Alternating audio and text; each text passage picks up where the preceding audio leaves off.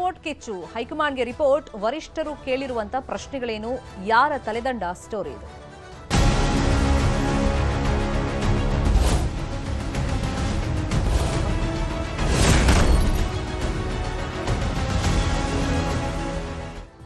ಸದ್ಯಕ್ಕೆ ಬಿಜೆಪಿಯ ಹೈಕಮಾಂಡ್ ಅಂಗಳದಲ್ಲಿ ಕ್ರಾಸ್ ವೋಟಿಂಗ್ ಕದನ ಇದೆ. ಬಿಜೆಪಿ ಹೈಕಮಾಂಡ್ಗೆ ರಾಜ್ಯ ಬಿಜೆಪಿಯ ನಾಯಕರು ವರದಿಯನ್ನ ಕೊಟ್ಟಿದ್ದಾರೆ. ನಿತಿನ್ ನಬೀನ್ ಅವರಿಗೆ ವರದಿಯನ್ನ ಸಲ್ಲಿಕೆ ಮಾಡಿದ್ದಾರೆ. ವಿಜೇಂದ್ರ ಹಾಗೇನೆ ಅಶೋಕ್ ಅಡ್ಡ ಮತದಾನವನ್ನ ಮಾಡಿದ್ಯಾರು ಅಂತೇಳಿ ರಿಪೋರ್ಟ್ ಅನ್ನ ಕೊಟ್ಟಿದ್ದಾರೆ. ಅದರಲ್ಲಿ ಕೆಲವರ ಹೆಸರುಗಳನ್ನು ಕೂಡ ಉಲ್ಲೇಖ ಮಾಡಿದ್ದಾರೆ. ಕಾಂಗ್ರೆಸ್ನ ಕುದುರೆ ವ್ಯಾಪಾರದ ಬಗ್ಗೆನೂ ಕೂಡ ರಿಪೋರ್ಟ್ ನಲ್ಲಿ ಮೆನ್ಷನ್ ಮಾಡಿದ್ದಾರೆ. ಹೈಕಮಾಂಡ್ಗೆ ಇಬ್ಬರಿಂದೂ ಕೂಡ ಒಂದೇ ಅಭಿಪ್ರಾಯ ಸಲ್ಲಿಕೆ ಮಾಡಲಾಗಿದೆ. ಧರ್ಮಸ್ಥಳದಲ್ಲಿ ಶಾಸಕಾಂಗ ಸಭೆ ನಡೆಸದೇ ಇರೋದಕ್ಕೆ ನಿರ್ಧಾರವನ್ನ ಮಾಡಿಕೊಂಡಿದ್ದಾರೆ. ಆಣೆ ಪ್ರಮಾಣ ರದ್ದು ಮಾಡಿದ್ದಾರೆ ವಿಜೇಂದ್ರ ಮತ್ತೆ ಅಶೋಕ್. ಅಂತ ನಿರ್ಧಾರಗಳು ಸದ್ಯಕ್ಕೆ ಬೇಡ ಅಂತ ಹೇಳಿ ದೆಹಲಿಯಲ್ಲಿ ಇಬ್ರು ಚರ್ಚೆ ಮಾಡಿ ಆಣೆ ಪ್ರಮಾಣವನ್ನ ರದ್ದು ಮಾಡಿದ್ದಾರೆ. ಆದರೆ ಒಂದಿಷ್ಟು ಹೆಸರುಗಳನ್ನ ಈಗ ಬಿಜೆಪಿ ರಾಷ್ಟ್ರೀಯ ಅಧ್ಯಕ್ಷರು ಕೈ ಕೊಟ್ಟಿದ್ದಾರೆ. ಮತ್ತೆ ಕಾಂಗ್ರೆಸ್ನ ಅಜೆಂಡಾಗಳು ಏನಿತ್ತು, ಕುದುರೆ ವ್ಯಾಪಾರ ಅಂತ ಬಿಜೆಪಿಯವರು ಕರೀತಾ ಇದ್ದಾರೆ. ಆ ಬಗ್ಗೆನೂ ಕೂಡ ರಿಪೋರ್ಟ್ ನಲ್ಲಿ ಮೆನ್ಷನ್ ಮಾಡಲಾಗಿದೆ. ಬೇಸಿಕಲಿ ಒಂದು 4-5 ಶಾಸಕರ ಹೆಸರನ್ನ ಹೈಕಮಾಂಡ್ಗೆ ಕೊಟ್ಟು ಅವರ ಚಲನವಲನ ಅಂದ್ರೆ ಈ ಎಲೆಕ್ಷನ್ಗೂ ಮುಂಚಿತವಾಗಿ ಅವರು ಕಾಂಗ್ರೆಸ್ ನಾಯಕರನ್ನ ಯಾರ್ಯಾರನ್ನ ಭೇಟಿ ಮಾಡಿದ್ದಾರೆ, ಯಾವ ಕಾರಣಕ್ಕೆ ಭೇಟಿ ಮಾಡಿದ್ದಾರೆ, ಅದಾದ್ಮೇಲೆ ಏನಾಗಿದೆ, ಸೊ ಆ ಎಲ್ಲ ಆಕ್ಟಿವಿಟೀಸ್ ಅನ್ನ ಗಮನದಲ್ಲಿ ಇಟ್ಕೊಂಡೆ ಆ ಶಾಸಕರುಗಳ ಹೆಸರನ್ನ ಇವರು ಕ್ರಾಸ್ ವೋಟಿಂಗ್ ಮಾಡಿದ್ದಾರೆ ಅಂತ ಕೊಟ್ಟಿದ್ದಾರೆ. ಇನ್ನು ಭಿಕ್ಷುಕರಂತೆ ದುಡ್ಡು ಪಡೆದು ವೋಟ್ ಅನ್ನ ಮಾಡಿದ್ದಾರೆ, ಪಕ್ಷದಿಂದ ಗೆದ್ದು ಆ ಪಕ್ಷಕ್ಕೆ ದ್ರೋಹ ಮಾಡಿದ್ದಾರೆ ಅಂತ ದೆಹಲಿಯಲ್ಲಿ ವಿಪಕ್ಷ ನಾಯಕ ಆರ್ ಅಶೋಕ್ ತಮ್ಮದೇ ಪಕ್ಷದ ಶಾಸಕರ ವಿರುದ್ಧ ಅಂದ್ರೆ ಕ್ರಾಸ್ ವೋಟ್ ಯಾರು ಮಾಡಿದ್ದಾರೆ ಅವ್ರ ವಿರುದ್ಧ ವಾಗ್ದಾಳಿಯನ್ನ ಮಾಡಿದ್ದಾರೆ. ಸೀಕ್ರೆಟ್ ವೋಟ್ ಕಾರಣಕ್ಕೆ ಕಂಡು ಹಿಡಿಯೋದು ಕಷ್ಟ ಆಗ್ತಾ ಇದೆ. ಡಿಕೆ ಶಿವಕುಮಾರ್ ಬರ್ತಲೇ ಭ್ರಷ್ಟಾಚಾರವನ್ನ ಶುರು ಮಾಡಿದ್ದಾರೆ ಅಂತ ಹೇಳಿ ಕಿಡಿಕಾರಿದ್ದಾರೆ. ಕ್ರಾಸ್ ವೋಟಿಂಗ್ ಆಗಿದೆ, 3ರಿಂದ 4 ಇರ್ಬೋದು. ಕ್ರಾಸ್ ವೋಟಿಂಗ್ ಆಗಿರೋದು ನಿಜ. ಅದರಿಂದ ಯಾರು ಈ ಕ್ರಾಸ್ ವೋಟಿಂಗ್ ಪಕ್ಷಕ್ಕೆ ದ್ರೋಹ ಬಗೆದು ಪಕ್ಷದ ಟಿಕೆಟ್ ಮೇಲೆ ಗೆದ್ದು ಅಡ್ಡ ಮತದಾನ ಯಾರ್ಯಾರು ಮಾಡಿರ್ಬೋದು ಅಂತ ಸಂದೇಹಗಳಷ್ಟೇ.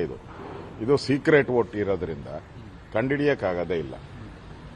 ಜನರಲ್ ಎಲೆಕ್ಷನಲ್ಲಿ ಹೆಂಗೆ ಸೀಕ್ರೆಟ್ ವೋಟ್ ನಡೆಯುತ್ತೋ ಅದೇ ರೀತಿ ಇದು ನಡೆದಿರೋದು. ಸೊ ಕಂಡುಹಿಡಿಯೋಕ್ಕೆ ಸಾಧ್ಯ ಇಲ್ಲ. ಆದರೂ ಕೂಡ ಸರ್ಕಾರ ಕೊಡ್ತೀನಿ ಅಂತ ಬರ್ತಾ ಇದ್ದಂಗೆ ಭ್ರಷ್ಟಾಚಾರ ಶುರು.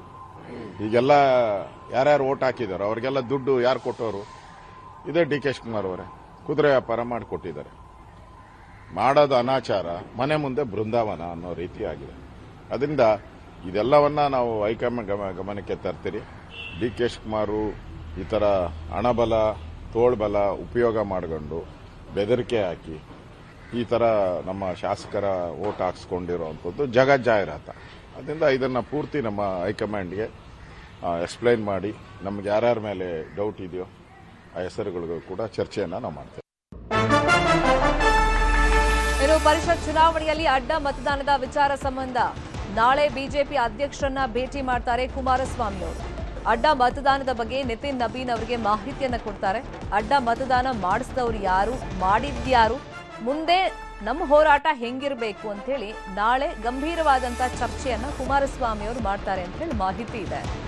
ಒಂದ್ ಕಡೆ ಆಲ್ರೆಡಿ ಈಗ ಆರ್ ಅಶೋಕ್ ಮತ್ತೆ ವಿಜಯೇಂದ್ರ ಅವರು ವರದಿಯನ್ನ ಕೊಟ್ಟಿದ್ದಾರೆ ನಿತಿನ್ ನಬೀನ್ ಅವ್ರ ಕೈಗೆ. ಇನ್ನೊಂದ್ ಕಡೆ ಇದೇ ವಿಷಯವಾಗಿ ನಾಳೆ ಕುಮಾರಸ್ವಾಮಿ ಅವರು ನಿತಿನ್ ನಬೀನ್ ಅವರನ್ನ ಭೇಟಿಯಾಗಿ ಅಡ್ಡ ಮತದಾನ ಮಾಡಿಸಿದ್ಯಾರು, ಮಾಡಿರೋರು ಯಾರು, ಮುಂದೆ ಇದೇ ವಿಷಯವಾಗಿ ಹೋರಾಟ ಹೆಂಗ್ ಮಾಡಬೇಕು ರಾಜ್ಯದಲ್ಲಿ, ಈ ಬಗ್ಗೆ ಪ್ರಮುಖವಾಗಿ ಚರ್ಚೆಯನ್ನ ಮಾಡ್ತಾರೆ.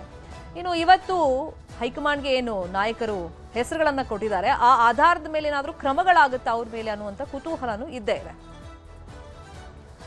ಇದೇ ವಿಚಾರವಾಗಿ ಇನ್ನಷ್ಟು ಡೀಟೇಲ್ ಆಗಿ ಇನ್ಫಾರ್ಮೇಶನ್ ಕೊಡ್ತಾ ಹೋಗೋದಕ್ಕೆ ನೇರ ಸಂಪರ್ಕದಲ್ಲಿ ಕನೆಕ್ಟ್ ಆಗಿದ್ದಾರೆ ನಮ್ಮ ಪೊಲಿಟಿಕಲ್ ಬ್ಯೂರೋ ರಿಪೋರ್ಟರ್ ಕಾರ್ತಿಕ್. ಈಗ 4-5 ಶಾಸಕರ ಹೆಸರನ್ನ ಆರ್ ಅಶೋಕ್ ಮತ್ತೆ ವಿಜಯೇಂದ್ರ ಅಂದ್ರೆ ಒಂದೇ ಅಭಿಪ್ರಾಯ ವ್ಯಕ್ತಪಡಿಸಿ ಇಬ್ರು ಕೊಟ್ಟಿದ್ದಾರೆ. ಅದ್ರ ಮೇಲೆ ಏನಾದ್ರೂ ಆಕ್ಷನ್ ನಿರೀಕ್ಷೆ ಮಾಡಬಹುದಾ? ಮತ್ತೆ ನಾಳೆ ಕುಮಾರಸ್ವಾಮಿ ಅವರ ಭೇಟಿ ಇದೆ, ನಿತಿನ್ ನಬೀನ್ ಅವರು ಭೇಟಿ ಮಾಡುವಾಗ ಇವತ್ತು ಏನ್ ನಾಯಕರು ಹೇಳಿರ್ತಾರೆ ಆರ್ ಅಶೋಕ್ ಮತ್ತೆ ವಿಜಯೇಂದ್ರ, ಸೊ ಅದೇ ಅಭಿಪ್ರಾಯ ನಾಳೆ ಕುಮಾರಸ್ವಾಮಿ ಅವರು ಹೇಳ್ತಾರಾ?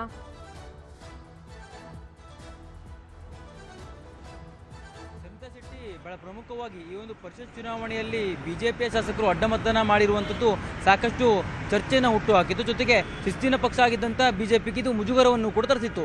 ಅದೇ ಒಂದು ಹಿನ್ನೆಲೆಯಲ್ಲಿ ಬಿಜೆಪಿ ಇದನ್ನು ಬಹಳ ಸೀರಿಯಸ್ ಆಗಿ ತೆಗೆದುಕೊಂಡಿತ್ತು. ರಾಷ್ಟ್ರೀಯ ಅಧ್ಯಕ್ಷರು ಖುದ್ದಾಗಿ ವಿಪಕ್ಷ ನಾಯಕರು ಮತ್ತು ರಾಜ್ಯಾಧ್ಯಕ್ಷರ ಬಳಿ ವರದಿಯನ್ನು ಕೂಡ ಕೇಳಿದ್ರು. ಈಗಾಗಲೇ ವರದಿಯನ್ನ ವಿಪಕ್ಷ ನಾಯಕರಾಗಿರುವಂತಹ ಅಶೋಕ್ ಮತ್ತು ರಾಜ್ಯಾಧ್ಯಕ್ಷ ವಿಜೇಂದ್ರ ಅವರು ನಿತಿನ್ ನಬೀನ್ ಅವರಿಗೆ ತಲುಪಿಸಿದ್ದಾರೆ. ಜೊತೆಗೆ ಆ ವಿಚಾರವಾಗಿ ನಿತಿನ್ ನಬೀನ್ ಅವರು ಈ ಇಬ್ಬರು ನಾಯಕರೊಂದಿಗೆ ಸುದೀರ್ಘವಾಗಿ ಚರ್ಚೆಯನ್ನು ಕೂಡ ಮಾಡಿದ್ದಾರೆ. ಜೊತೆಗೆ ಇಲ್ಲಿ ಪ್ರಮುಖವಾಗಿ ಗಮನಿಸಬೇಕು, ಈಗಾಗಲೇ ರಾಜ್ಯಾಧ್ಯಕ್ಷರು ಒಂದು ಸತ್ಯಶೋಧನಾ ಸಮಿತಿಯನ್ನು ರಚನೆ ಮಾಡಿದ್ರು. ಆ ಒಂದು ಸಮಿತಿಯ ಮಧ್ಯಂತರ ವರದಿಯನ್ನು ಏನು ಕೊಟ್ಟಿತ್ತಲ್ಲ, ಅದರ ಅನ್ವಯವಾಗಿ ಇವರು ವರದಿಯನ್ನ ನಿತಿನ್ ನಬೀನ್ ಅವರಿಗೆ ಕೊಟ್ಟಿರುವಂಥದ್ದು. ಇನ್ನು ಪೂರ್ಣ ಪ್ರಮಾಣದ ವರದಿಯು ಕೂಡ ಬರಬೇಕಾಗಿದೆ. ಜೊತೆಗೆ ಈಗಾಗಲೇ ಯಾವ್ಯಾವ ಶಾಸಕರು ಕಾಂಗ್ರೆಸ್ ಪಕ್ಷದ ಬಹಳ ಪ್ರಮುಖ ನಾಯಕರೊಂದಿಗೆ ಸಂಪರ್ಕದಲ್ಲಿದ್ದರು ಅನ್ನುವಂಥ ಅಂಶಗಳನ್ನು ಪರಿಗಣನೆಗೆ ತೆಗೆದುಕೊಂಡು ಅವರ ಚಲನವಲನಗಳನ್ನು ಗಮನಿಸಿಕೊಂಡು ಅದನ್ನು ಆಧರಿಸಿಯೇ ಈ ಒಂದು ವರದಿಯನ್ನು ಸಿದ್ಧಪಡಿಸಲಾಗಿತ್ತು. ಆ ಕಾರಣಕ್ಕಾಗಿ 4-5 ಶಾಸಕರ ಹೆಸರನ್ನು ಕೂಡ ಇವತ್ತಿನ ವರದಿಯಲ್ಲಿ ಉಲ್ಲೇಖ ಮಾಡಿಯೇ ವಿಪಕ್ಷ ನಾಯಕರು ಮತ್ತು ರಾಜ್ಯಾಧ್ಯಕ್ಷರು ಕೊಟ್ಟಿದ್ದಾರೆ. ಜೊತೆಗೆ ಇದಕ್ಕೆ ಸಂಬಂಧಪಟ್ಟಂತೆ ಮುಂದಿನ ದಿನಗಳಲ್ಲಿ ಈ ಒಂದು ಶಾಸಕರ ಮೇಲೆ ಯಾವ ರೀತಿಯಾಗಿ ಕ್ರಮವನ್ನು ತೆಗೆದುಕೊಳ್ಬಹುದು ಅನ್ನುವಂಥ ಚರ್ಚೆಗಳನ್ನು ರಾಷ್ಟ್ರೀಯ ನಾಯಕರು ಮಾಡ್ತಾರೆ. ಅವರನ್ನು ಯಾವ ರೀತಿಯಾಗಿ ಸೈಡ್ಲೈನ್ ಮಾಡಬೇಕು ಅನ್ನೋ ನಿಟ್ಟಿನಲ್ಲಿಯೂ ಕೂಡ ಗಂಭೀರವಾಗಿರುವಂಥ ನಿರ್ಧಾರಗಳನ್ನ ಬಿಜೆಪಿ ಹೈಕಮಾಂಡ್ ತೆಗೆದುಕೊಳ್ಳುತ್ತೆ. ಇದು ಒಂದು ಕಡೆ ಆದರೆ, ಇನ್ನೊಂದು ಕಡೆ ನಾಳೆ ಕುಮಾರಸ್ವಾಮಿ ಅವರು ಬಿಜೆಪಿಯ ರಾಷ್ಟ್ರೀಯ ಅಧ್ಯಕ್ಷರಾಗಿರುವಂಥ ನಿತಿನ್ ನಬೀನ್ ಅವರನ್ನು ಭೇಟಿಯಾಗಲಿಕ್ಕಿದ್ದಾರೆ. ಇಲ್ಲಿ ಪ್ರಮುಖವಾಗಿ ಗಮನಿಸಬೇಕು, ಈ ಒಂದು ಪರಿಷತ್ನ ಚುನಾವಣೆಯ ಬಳಿಕ ಕುಮಾರಸ್ವಾಮಿ ಅವರು ಒಂದು ಸಭೆಯನ್ನು ಮಾಡಿದರು. ಆ ಒಂದು ಸಭೆಯಲ್ಲಿ JDS ಪಕ್ಷದ ಬಹುತೇಕ ಎಲ್ಲ ಶಾಸಕರು ಕೂಡ ಹಾಜರಿದ್ದಂಥ ಕಾರಣಕ್ಕಾಗಿ, ಜೊತೆಗೆ ಆ ಶಾಸಕರೆಲ್ಲರೂ ಕೂಡ ನಾವೆಲ್ಲ ನಮ್ಮ ಅಭ್ಯರ್ಥಿಗೆ ಓಟನ್ನು ಹಾಕಿದ್ದೇವೆ ಅನ್ನುವಂಥದ್ದನ್ನು ಅಲ್ಲಿ ಅಂದರೆ ಬಹಳ ಸ್ಪಷ್ಟವಾಗಿ ಹೇಳುವಂಥ ಕೆಲಸವನ್ನು ಮಾಡಿದರು. ಆದರೆ ಕುಮಾರಸ್ವಾಮಿ ಅವ್ರಿಗೂ ಗೊತ್ತಿತ್ತು, ನನ್ನ ಶಾಸಕರಲ್ಲಿ ಕೆಲವರು ಅಡ್ಡ ಮತದಾನ ಮಾಡಿದ್ದಾರೆ ಅನ್ನುವಂಥದ್ದು. ಜೊತೆಗೆ ಇಲ್ಲಿ ಸುಳ್ಳನ್ನು ಕೂಡ ಹೇಳ್ತಾ ಇದ್ದಾರೆ ಅನ್ನುವಂಥದ್ದು ಕುಮಾರಸ್ವಾಮಿ ಅವರಿಗೆ ಖಾತ್ರಿ ಇತ್ತು. ಜೊತೆಗೆ ಬಿಜೆಪಿಯವರು ಕೇವಲ 3 ಮತವನ್ನು ಮಾತ್ರ JDS ಪಕ್ಷಕ್ಕೆ ಕೊಟ್ಟಿರುವಂಥ ವಿಚಾರ, ಜೊತೆಗೆ ಆ 3 ಮತಗಳು JDS ಪಕ್ಷದ ಅಭ್ಯರ್ಥಿಗೆ ಬಂದಿಲ್ಲ ಅನ್ನುವಂಥ ಪ್ರಶ್ನೆಯೂ ಕೂಡ ಕುಮಾರಸ್ವಾಮಿ ಅವರ ಬಳಿ ಇದೆ. ಇದನ್ನ ಇದೇ ರೀತಿಯಾಗಿ ಮುಂದುವರ್ಸ್ಕೊಂಡು ಹೋಗಬಾರ್ದು. ಮೈತ್ರಿಯನ್ನು ಸ್ಪಷ್ಟವಾಗಿ ನಾವು ತೆಗೆದುಕೊಂಡು ಹೋದರೆ ಮಾತ್ರ ಈ ಒಂದು ಸರ್ಕಾರದ ವಿರುದ್ಧ ಬಹಳ ಪ್ರಮುಖವಾದಂಥ ಹೋರಾಟಗಳನ್ನು ಮಾಡಬಹುದು ಅನ್ನುವಂಥ ನಿಟ್ಟಿನಲ್ಲಿ ಅರಿತುಕೊಂಡಿರ್ತಕ್ಕಂಥ ಕುಮಾರಸ್ವಾಮಿ ಅವರು ನಾಳೆ ನಿತಿನ್ ನಬೀನ್ ಅವರನ್ನು ಭೇಟಿ ಮಾಡಿ ಚರ್ಚೆಯನ್ನು ಕೂಡ ಮಾಡಲಿಕ್ಕಿದ್ದಾರೆ. ಶಮಿತಾ ಶೆಟ್ಟಿ, ಫಾಲೋ ಅಪ್ ಮಾಡೋಣ. Thank you Karthik.